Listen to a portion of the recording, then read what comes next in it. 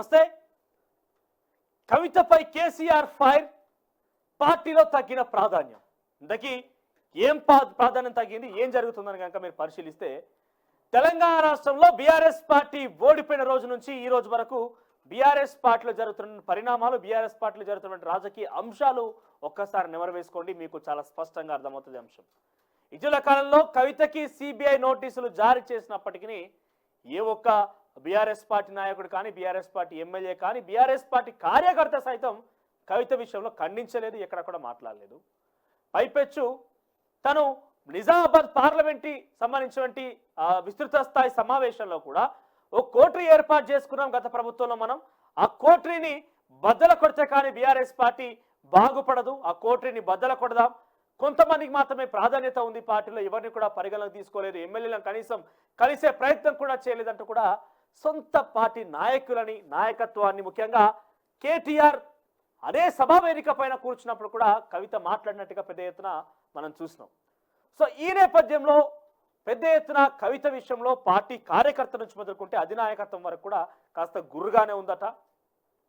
తాను చేసే కార్యక్రమాలు కూడా ఏ ఒక్క రోజు బీఆర్ఎస్ పార్టీకి సంబంధించి కానీ, బీఆర్ఎస్ పార్టీ నాయకులను, బీఆర్ఎస్ పార్టీ మాజీ ఎంపీ అనో, బీఆర్ఎస్ పార్టీ ఎమ్మెల్సీ అని ప్రస్తావన తీసుకురాకుండా భారత జాగృతి సమితిగానే తాను ముందుకు తీసుకెళ్తోంది.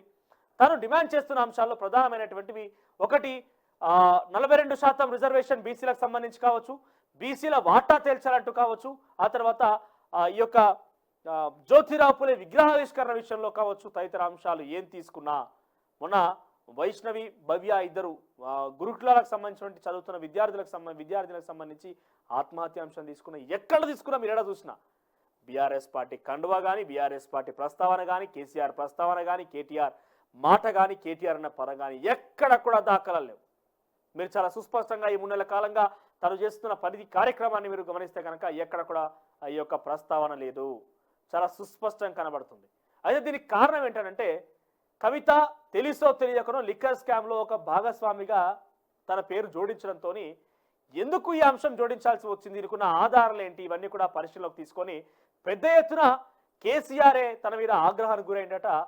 ఎన్నికల్లో ఓటమికి కారణం ఇదొక ప్రధాన కారణం. బీజేపీ తనని ఇరుకాటంలో పెట్టడం కావచ్చు, బీజేపీకి ఒక రకంగా వీళ్ళు లొంగిపోవడం కావచ్చు, ఏ రకంగా చూసుకున్నా కూడా ఈరోజు ప్రభుత్వం బీఆర్ఎస్ పార్టీ పక్కన పెట్టిన దాంట్లో ఒకంతగా కవిత పాత్ర కూడా, ప్రజలు పక్కన పెట్టడానికి కారణంలో కవిత పాత్ర కూడా ఉంది కాబట్టి కేసీఆర్ తన మీద ఫైర్ కూడా అయిందట.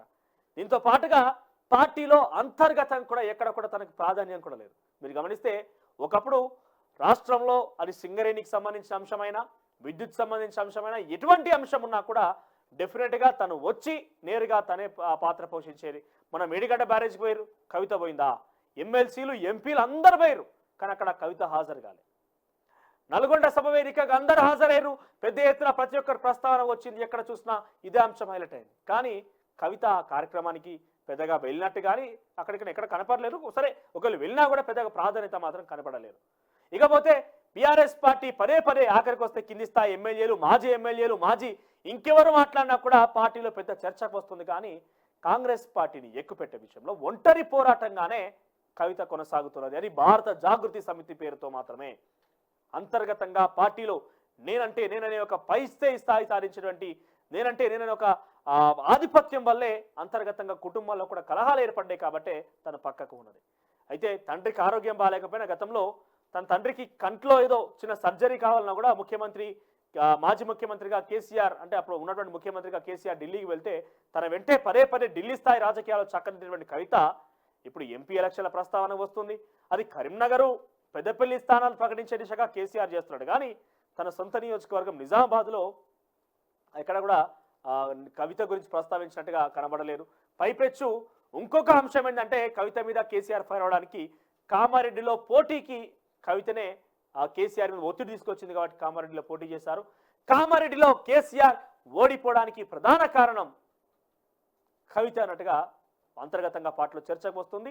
తన పోటీ చేయమంటే చేశాను, ఓడిపోవడంతో తానే పూర్తి బాధ్యతలు తీసుకొని కేటీఆర్, కవిత ఇద్దరు కూడా అక్కడ పనిచేసినప్పటికీ అక్కడ పోటీ చేసే రకంగా ఫోర్స్ చేసింది కవిత కాబట్టి డెఫినెట్గా ఆ రకంగా కూడా ఓడిపోయాడు కాబట్టి ఆ రకంగా కూడా కవిత మీద గుర్రుగా ఉన్నాడట. సో ఏదేమైనా ఒంటరి పోరాటంగానే తను బీసీల కోసం పోరాటం చేస్తున్న ఒంటరిగానే పోరాటం చేస్తుంది. తన వెనుక పార్టీ నాయకులు కానీ, ఎమ్మెల్యేలు కానీ, ఎమ్మెల్సీలు కానీ, ఎంపీలు కానీ ఎవ్వరు లేరు. ఒక్క ఒంటరి పోరాటమే తనకు ఆ పరమాపతిగా తను ముందుకు కొనసాగుతున్నది.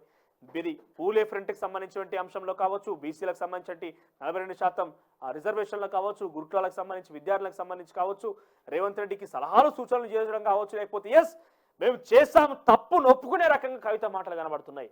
ఒక రకంగా కవిత కూడా ఇండైరెక్ట్ గా కుటుంబానికి వార్నింగ్ ఇస్తున్నట్టు. ఎందుకంటే మేము తప్పు ఒప్పుకున్నాం, ఇంతగా మేము తప్పే ఒప్పుకున్నాం అనుకోండి, మీరు ఏం చేయాలి, ఆ తప్పును సరిదిద్దలాగా మీరెట్లా తప్పు చేస్తారని చెప్పి మాట్లాడుతుందంటే కుటుంబం యొక్క తప్పులను ఒప్పుకుంటుంది, ఇండైరెక్ట్ గా కుటుంబానికి వార్నింగ్ ఇస్తుంది. కాబట్టి డెఫినెట్ గా కుటుంబాల మధ్య కాస్త కలహాలైతే ప్రారంభమైనాయి. దీంతో పాటుగా మీరు ఏ అంశం పరిగణలోకి తీసుకున్నా ఒంటరిగానే తన ప్రయాణం కనబడుతుంది. కానీ బీఆర్ఎస్ పార్టీ గానో, బీఆర్ఎస్ పార్టీ నాయకురాలు గానో అసెంబ్లీ మండలిలో తన మాట్లాడిన మాటలు కూడా ఒంటరిగానే తప్ప బీఆర్ఎస్ పార్టీ ఎమ్మెల్సీ మద్దతుగానో, బీఆర్ఎస్ పార్టీ ఎమ్మెల్యేతో చర్చించి మాట్లాడినట్టుగా ఎక్కడ కూడా కనబడలేదు. కేవలం ఒంటరి పోరే పరమావధిగా